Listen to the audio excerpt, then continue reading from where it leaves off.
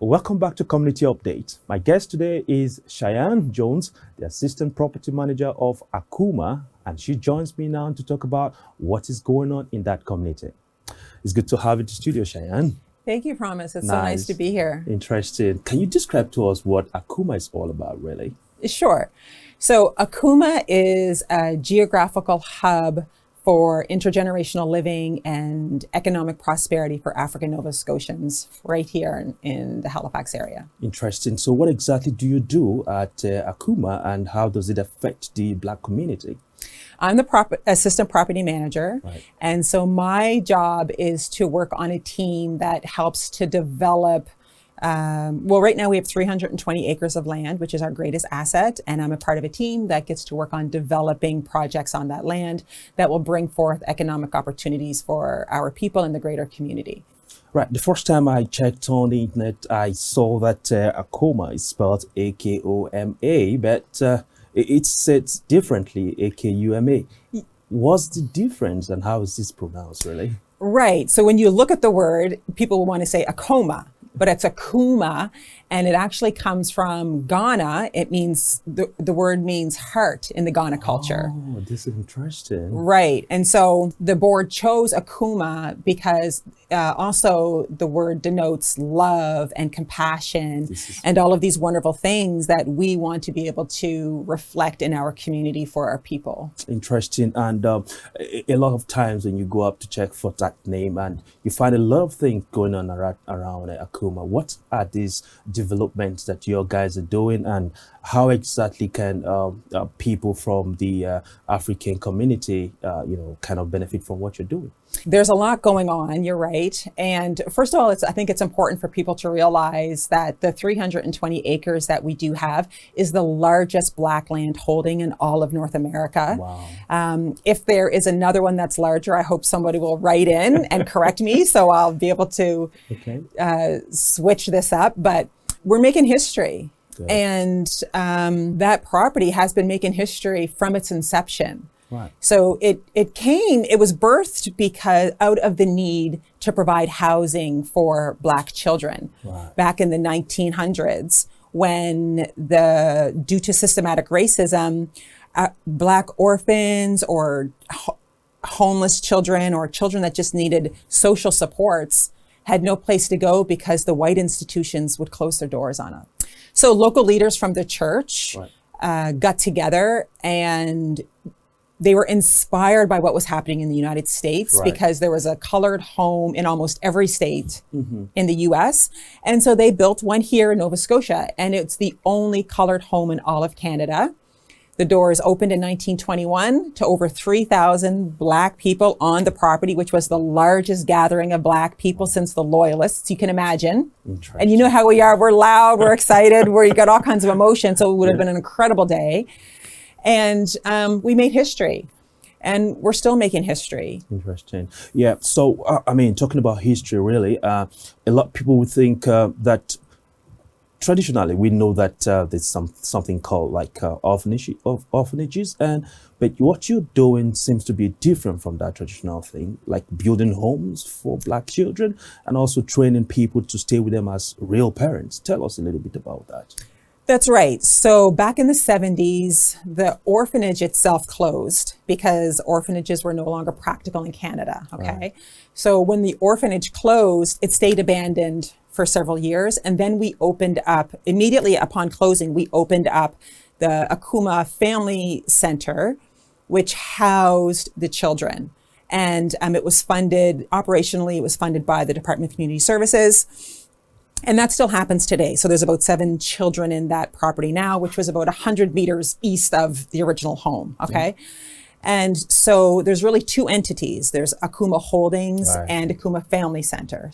And Kinney Place is the name of the old orphanage, which was named after one of its original founders. Now, to answer your question about what we're doing in terms of housing, so we're currently looking to build another family center. Oh, that's interesting.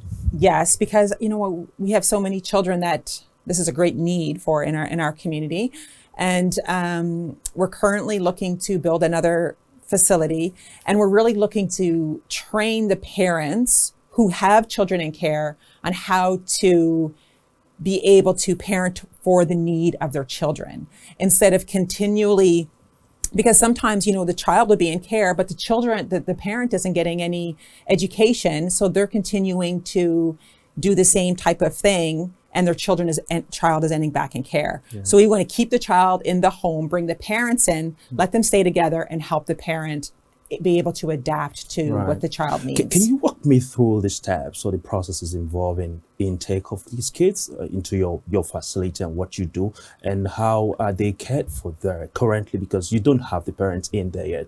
You have people who are the volunteers or people who are on your pay who are taking care of them. What is it like? Yeah, they're staffed. All right. Yeah, they're heavily staffed, and the children will stay in the facilities. Staff will take care of them 24 hours a day. Okay. So far, what has been the feedback you get from the public? People excited about what you're doing, especially from the community you serve? Well, like I said, because we are the largest Black holding, what we're doing really hasn't been done anywhere in Canada before. Okay. Because we're more than just a family center, we are developing economic opportunities. And what I mean by that is that home that sat abandoned, well, in 2016, the board decided, let's do something with this home, right? Okay. Let's start preparing this for our community. And then the doors actually opened in October of this year. So it's now an intergenerational center and Black business opportunity, Black business incubator. And what that means is we have a Black hair salon in there. We have a cafe which serves all day breakfast and lunch. Nice. And we have some organizations from the Black community, Black-led, Black serving organizations in there. Our local MLA office is in there. And the really cool part of it is we have two community spaces. So one is a seniors lounge for seniors to come in. You know how we love our elders. We take care of our people. Have our seniors come in, break bread together, fellowship. They can play games, access the internet, do whatever it is they want to do there. And then we have an artist studio that can be rented for next to nothing. It's like $30 an hour. People can come in, put on workshops, after school programs, whatever it is they want to do. And so this is what's happening right here, just 5 minutes from this studio. This is beautiful. So the people are able to access this within the community and they don't have to go as far as downtown to do stuff. Is that correct? Absolutely. And you know what? It was so beautiful because during our opening, we were doing tours and I had the pleasure of overhearing two senior women sit down and they were saying, now we don't have to go outside of the community anymore. That's lovely. Because we're centrally located right in between Cherrybrook, East Preston, and North Preston. Lake Loon, Cherrybrook, East Preston, and North Preston, which are three historic African Nova Scotian communities. And they didn't have access to a cafe, access to these types of services. And now they're right there in their community and they don't have to leave. And it's such a beautiful thing to watch. That's interesting. So how can one contact you? What are your contact points? Is it phone, emails? Are you? Oh, we're all over the place. We're everywhere. So you can contact us on Facebook at Akoma, Nova Scotia. Nice. Instagram, same thing, Akoma, Nova Scotia, our website. And you can see all of the different things that we're doing. We also have a hydroponic farm, which is so cool. And it is a huge hit in community. And it's basically a container that is run, managed, and operated by the youth. And it's growing basil and all kinds of produce just using LED lights and water. So we have like produce all year round. That's cool. And we're selling this to local vendors and restaurants in the city. We have a community garden. I would love to see some more people come and access our community garden. We have people from all over the world living in Halifax, and over 40 different gardeners will come and access this from like Togo, from Nepal, from everywhere, but these massive plots. And one of the most important projects we're doing right now is we're offering some affordable housing. So we are going to be opening doors on 8 affordable units, $650 a month for 2 bedrooms. Where can you get that? Where can you get that? A new build.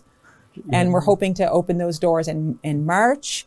We have more affordable housing coming down the road. And we're also in discussions with a local organization to build a 96-bed long-term care seniors facility. We have an incredible vision. This is interesting. I mean, I was thinking, is it for everyone? I mean, the housing thing program you're doing? Well, good question. So the housing is just for people of African descent. Okay. It's for us, by us, it's for us. This is beautiful. Yeah, it's beautiful. It is beautiful because it's a long time coming, you know? Yeah. And the seniors housing will be for everyone. Yeah. But in terms of the affordable housing that we're doing right now, that's going to be just for our community. This is interesting. As we wrap up, what is that message you want to have for your people who are probably watching and seeing that you're doing such amazing work? What do you want to tell them as we wrap up? You know, I guess the one thing that I want to make sure that it's clear is that this is not a new thing. Right. You know, our people have been wanting this from the time that they've stepped foot in Nova Scotia. So we are finally just in a position where we can do what our ancestors have been fighting for all this time. Awesome. So all credit goes to our ancestors. We are walking on the shoulders and sitting on the shoulders of giants. And so and everybody knows that the only way we're going to get stronger is as a collective, and that's what we're doing. Yeah. And of course, as this project unfold, we would like to be part of what you guys are doing.